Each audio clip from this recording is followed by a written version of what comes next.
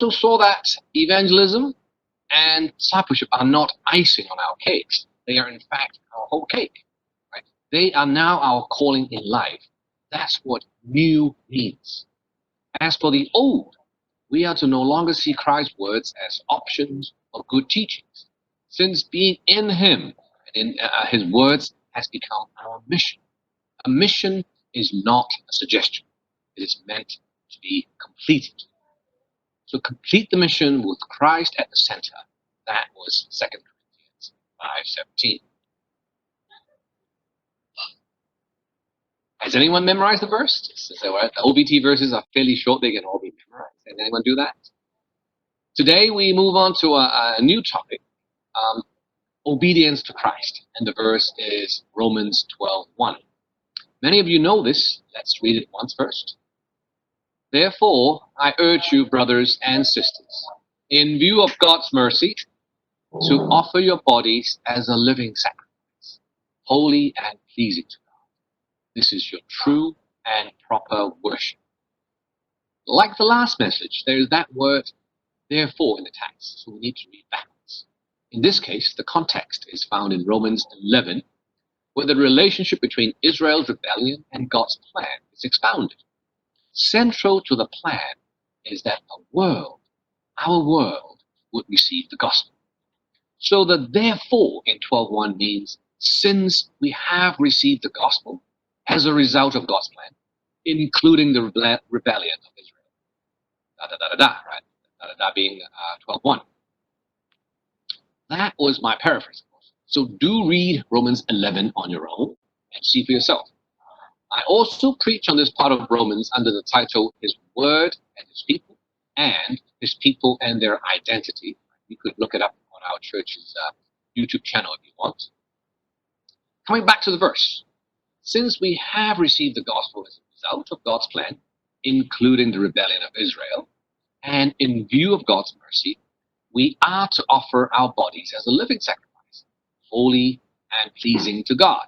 Right? That would be our true and proper worship. That's the idea of the verse.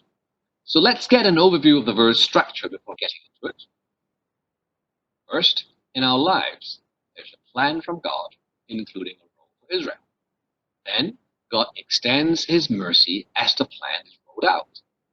After that, when the plan is rolled out in our lives, we become a living sacrifice. God likes us as living sacrifices and gives us credit for it. There's a plan from God. God extends His mercy.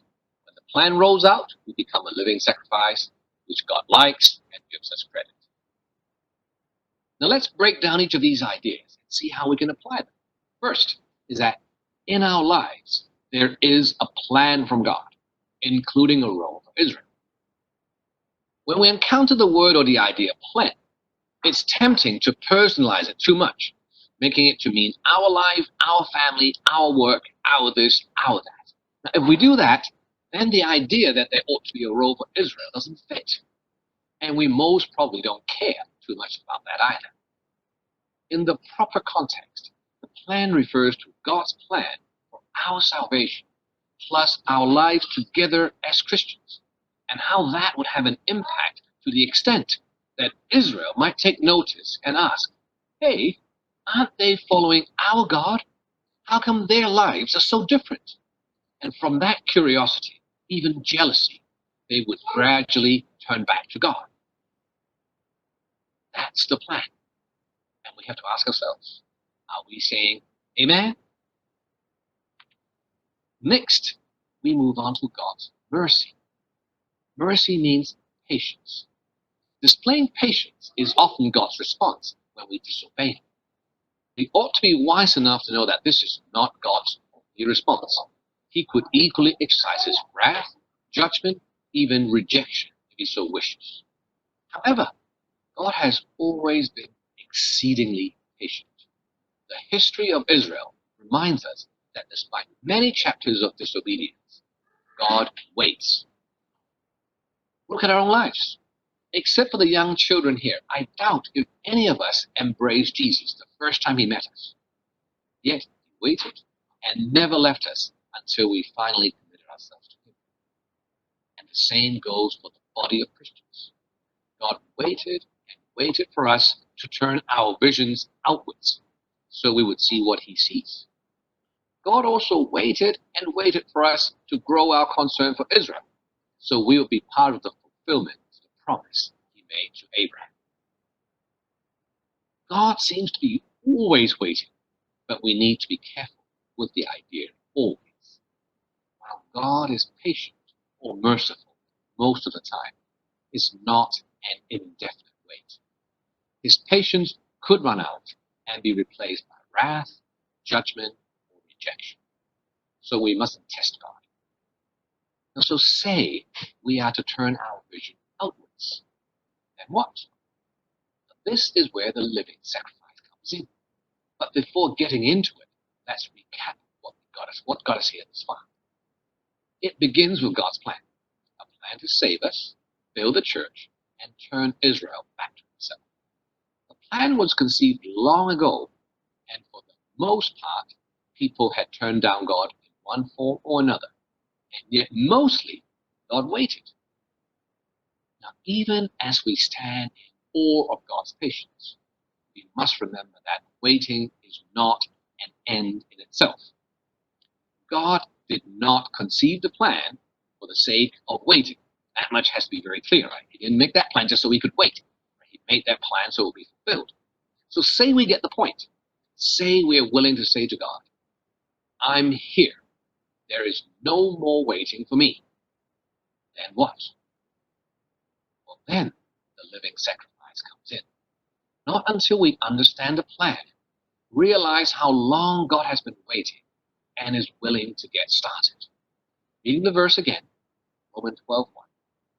Therefore, I urge you, brothers and sisters, in view of God's mercy, to offer your bodies as a living sacrifice, holy and pleasing to God. This is your true and proper worship. It should be obvious now why it is pleasing to God. Because when God sees a living sacrifice, right, say Bob, God knows that he doesn't have to wait for him anymore. Bob is on board and going with the plan. Now, as for what a living sacrifice is, we need to put ourselves in the original reader's position. A living sacrifice was something they had never heard of. It wasn't just a new idea, it's also a radical idea. The original sacrifice Paul referred to is the ceremonial sacrifice, as in burning an animal or some props on the altar. Probably know that too. Now pause, right? And think. What happens to the sacrifice? It's dead. Without exception, even Jesus, as the Lamb of God, died on the altar. So something that lives has not yet been sacrificed, and what sacrifice could not be alive? A living sacrifice is like a meat-loving vegetarian, something impossible, if not outright contradictory. And that's the reaction Paul got to 2,000 years earlier, or even today. The proposition is so revolutionary that many has or will reject it. In Paul's case, his opposition was so strong it eventually had him killed.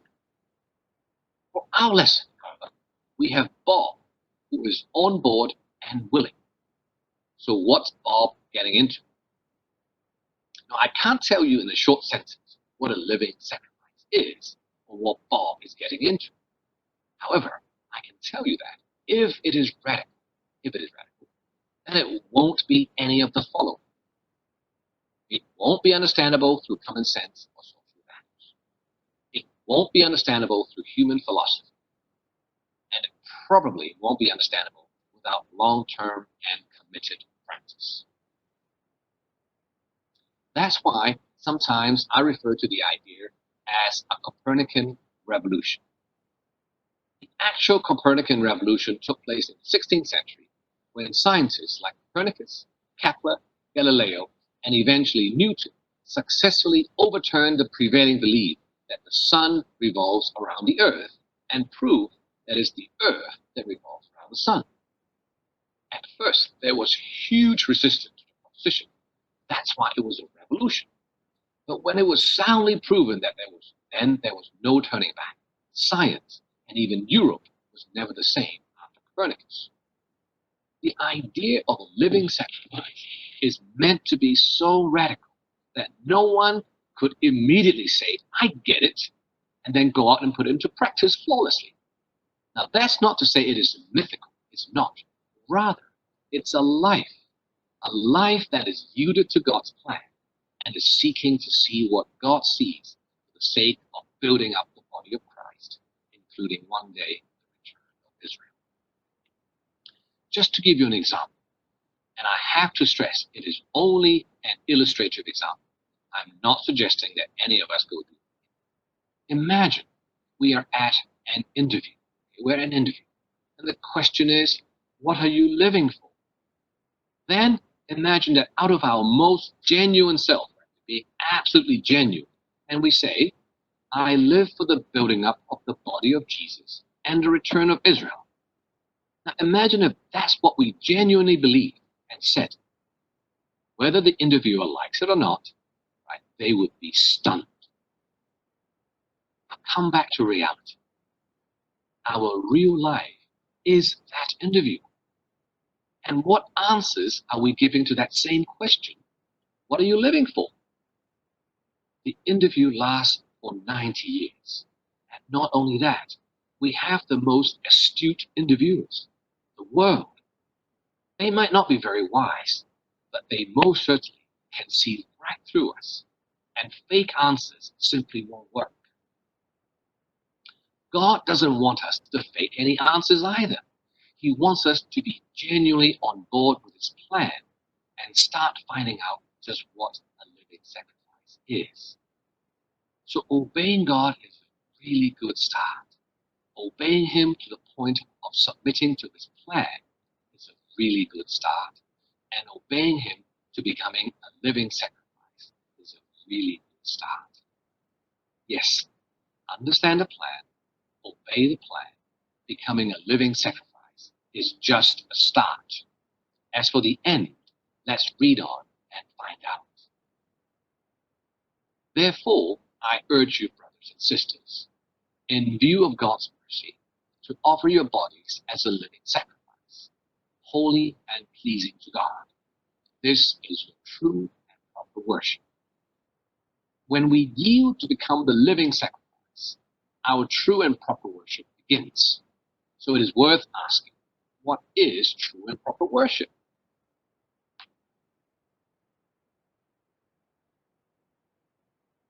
We could probably study what worship means until the end of time and not run out of things to learn.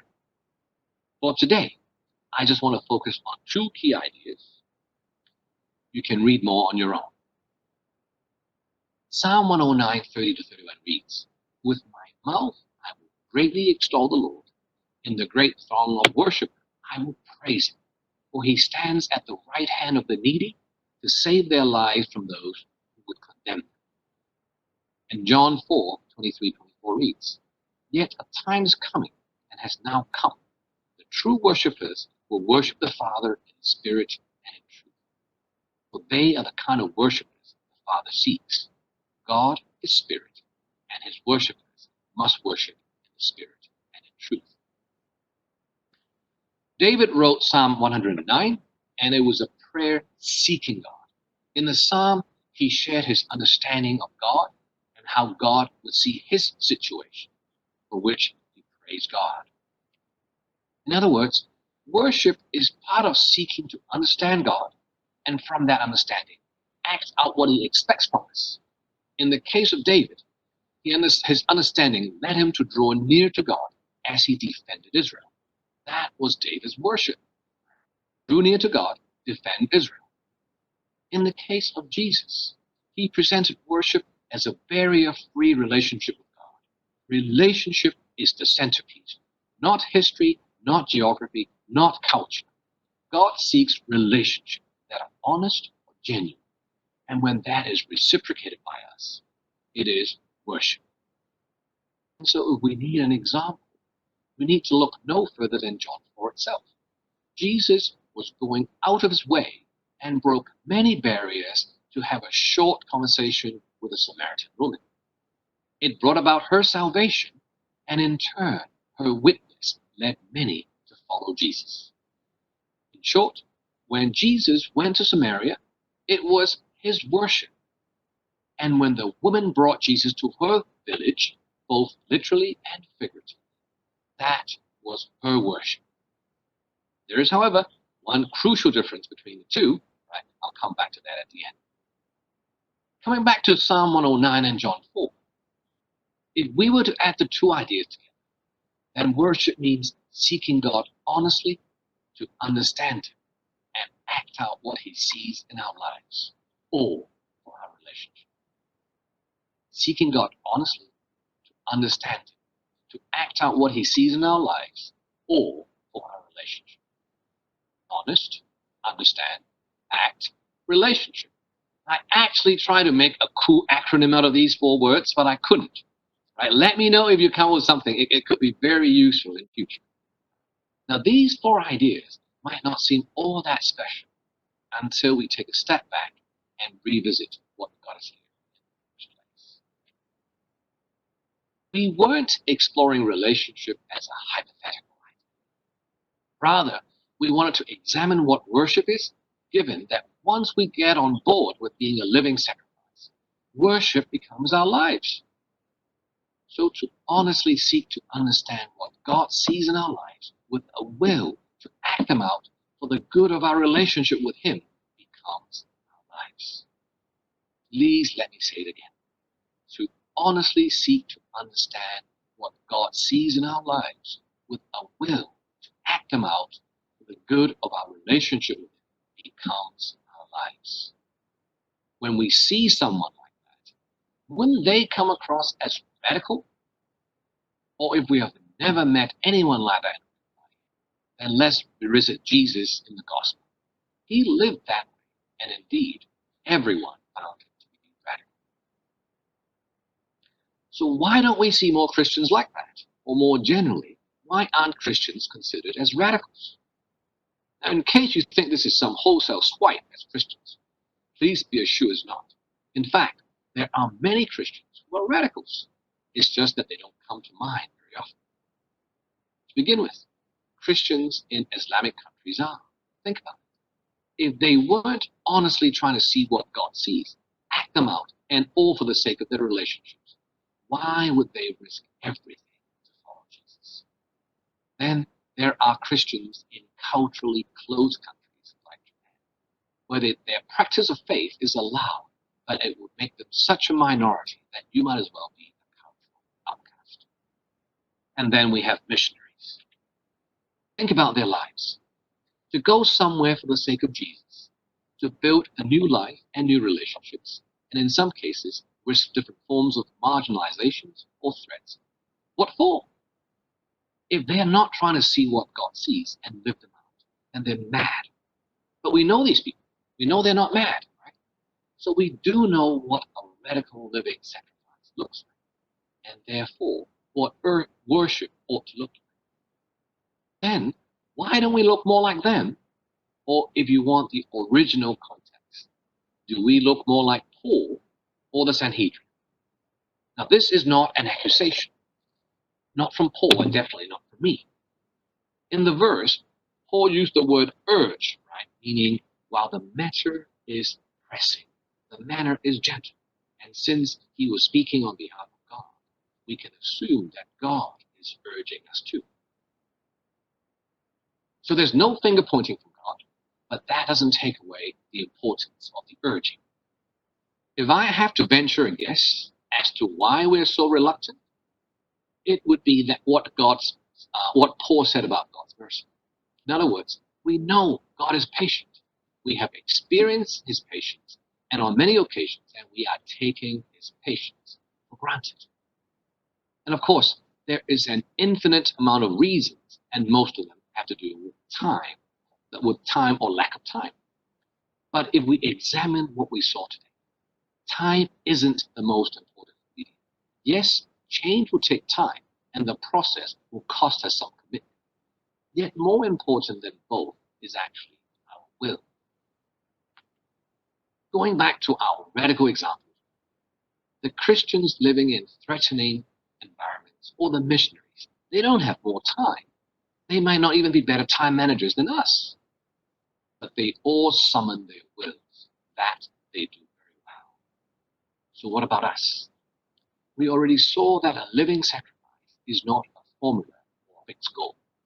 It is a way of life set on living and acting out what God sees. So I'm not going to give an application on how to do that. Rather, I want to extend Paul's urging to those who know that they are reluctant, to those who know they're taking God's patience for granted. It's a two-step process and is not complicated at all. First, we need to find someone we care about who is procrastinating at something important. So find someone in our own lives that we care deeply about and we know they are procrastinating at something important. I'll give you a personal example. My father-in-law developed cataract 5 years ago, but he refused to have his eye checked, let alone operated. So it took Joe 3 years to convince him before he finally saw a doctor and got operated. Now, we all have cases like that in our lives, when someone we care about is delaying something important time and again. Now, let's pray for them. Pray earnestly for them. Pray regularly for them. And God willing, we might see immediate changes, but more likely it will take a while. In the meanwhile, examine ourselves. How do we feel about this desperate prayer?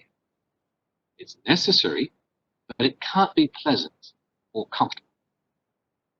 Then, having our patient tested and examined through this, we could possibly love anyone. And our need to be his living sacrifice is as desperate as anything we could perceive in others. And we need to be more aware of both. I hope that you will join me in this exercise. Contemplate what becoming a radical worshiper means, and start by feeling God's desperate urging. Before I close, I want to return to John 4 one last time. We saw many similarities between the worship of Jesus and the woman. Both listened to what God has to say. Both tried to see things his way, and both acted out what they saw, and both led others to further changes. Two totally different people, one beautiful worship. So what's the difference? The woman became a living sacrifice. Jesus didn't. He is the lamb on the altar, and he died. And it is this difference that makes the plea of Paul all the more desperate. Jesus met the woman and died for her, just so she could become a living sacrifice. And we mustn't conclude that it was just a historical action. Christ did exactly the same for us, with the same goal and purpose. Jesus showed her what it means to worship in spirit and in truth, and they both lived it out. It's time that we do the same. I pray that we will all take the call to obedience seriously, make our lives a living sacrifice, and be radical, no matter if it takes a quiet or gentle or an earth-shattering form. Let that be our worship. And wouldn't it be encouraging if it was somehow to get back to our ears that a group of people who gathers to worship in Hanfa Chun are somehow quiet and gentle, yet very radical? To Christ be the glory. God bless.